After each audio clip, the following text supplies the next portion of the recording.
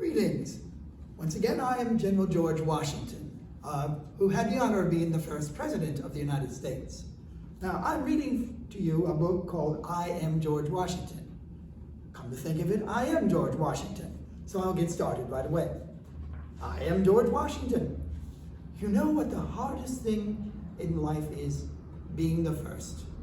When you're the first to try something new, there's no one to show you the way. But when I was little, I wasn't the first. I was the fourth in 9 children. That's a lot of brothers and sisters. When I was really little, I lived in a place called Mount Vernon, which had a huge river running through the backyard and unexplored forests in every direction. At 5 years old, this was the world I knew. If you wanted to explore the forest, you had to be the first to go on inside. Think you're brave enough to go in there, people would say. Maybe not yet at that age, but soon.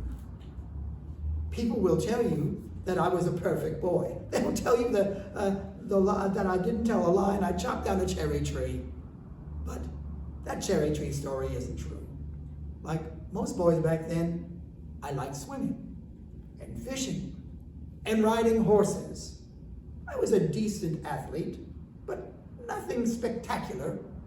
Mostly I was just an ordinary kid. I liked books though, and I even liked to dance. I was great at it. In school, my best subject was math. I was pretty good at writing, but I was always a terrible speller. But remember when I said it's hard to be the first? It's easier when there's someone showing you how it's done. I had a brother, Lawrence, my big brother. He was 14 years older than me. No one had a bigger impact on my life. He would walk in wearing a military uniform, and I'd like that. I loved hearing stories of his adventures. Thanks to my brother, I knew I wanted to serve in the military. Soon though, I saw how uncertain it could be. Well, when I was 11, my dad died. We couldn't afford proper schooling, so my brothers had to teach me at home. I didn't go to high school or college, but I was committed to learning and building myself. As a boy, I copied the rules from a book of virtues. There are 110 in all. But for example, number 11, don't gnaw your fingernails. Number 12, don't stand too close to people when talking or you'll spit on them. Perfect example of what we're going through today with social distancing. Number 100, don't use a fork or a knife to clean your teeth. Instead, use a toothpick. The most important was number 1, the first one. Every action done in company ought to be done with some sign of respect. Well, I guess that covers spitting on people too. When I turned 15, my mother told me I needed to get a job. Since I was good at math and precision, I became a surveyor. That's someone who explores large areas of land to find their boundaries. At 16, I went with a wealthy family called the Fairfaxes to survey the Blue Ridge Mountains and the Shenandoah Valley, where there were no roads.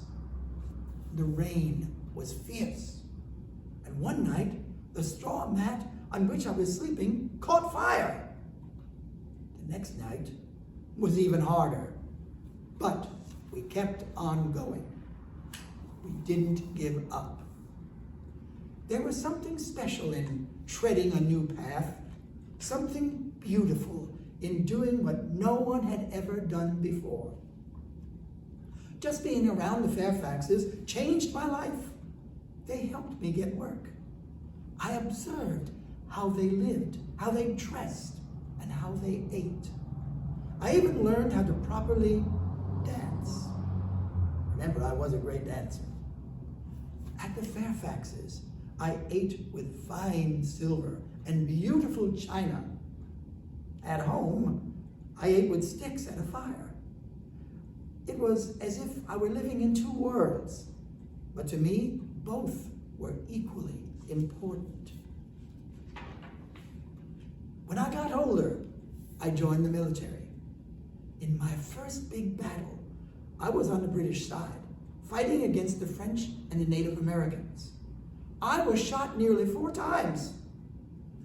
4 musket balls ripped through my clothing, but nothing could stop me.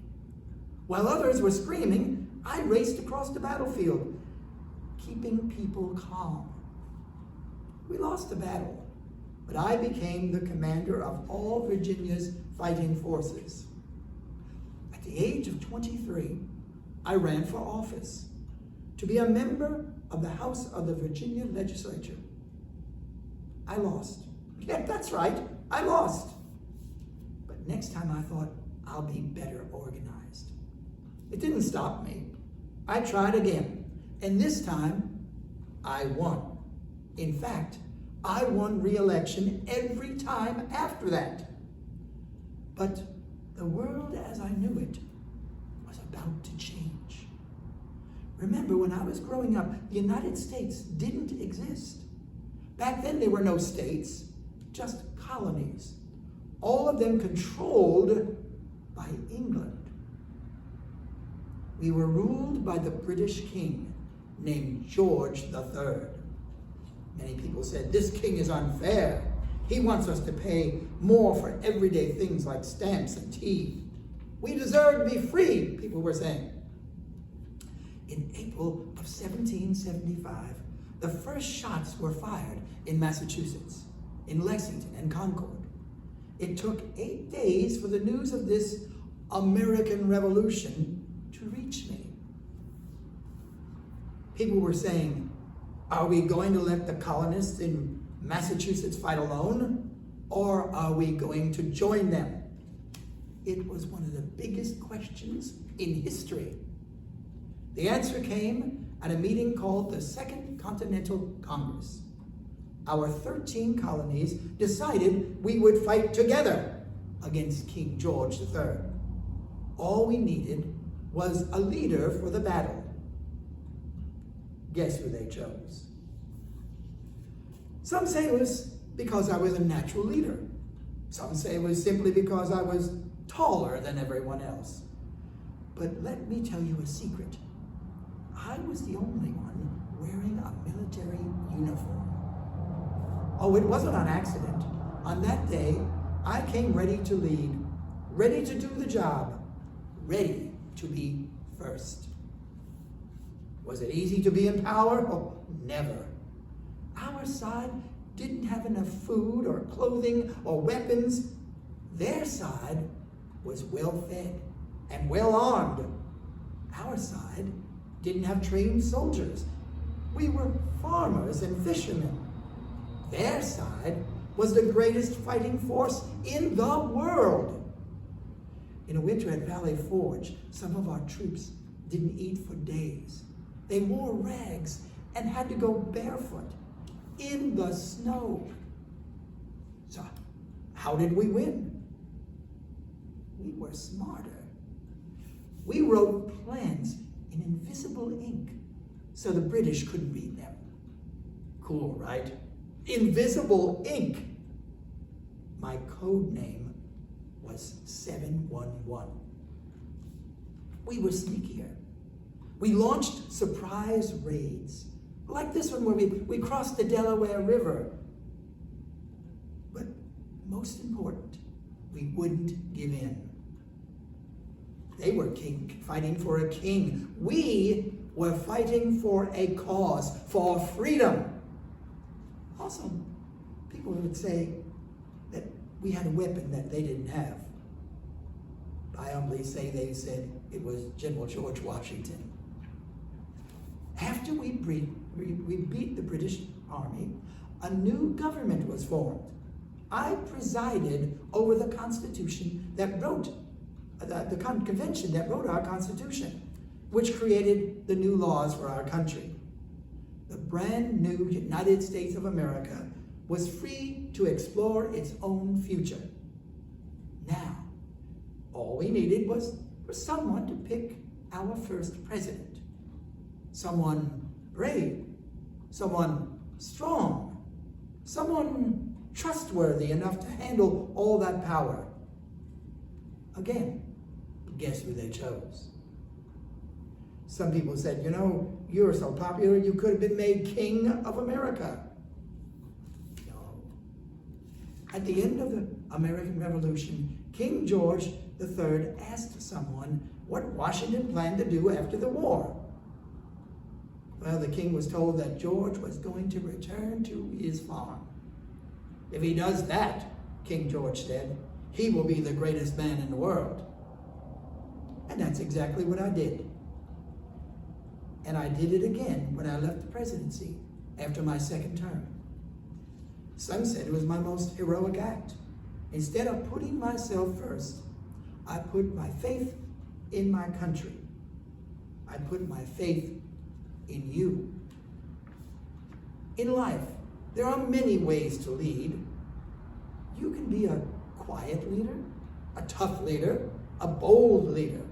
But leadership isn't about being in charge. It's about taking care of those in your charge. When you're in a position of power, you always look out for those who put their faith in you.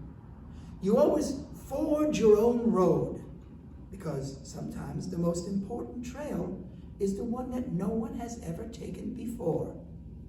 When you do these things, you will clear a path that will lead for others.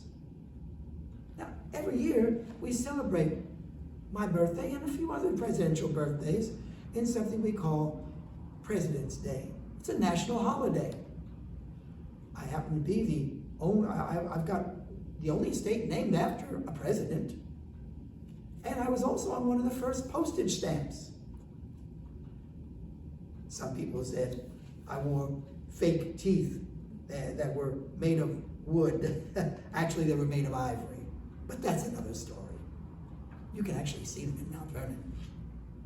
Leadership doesn't come from charisma or personality. It comes from courage. The courage to do what's right. The courage to serve others.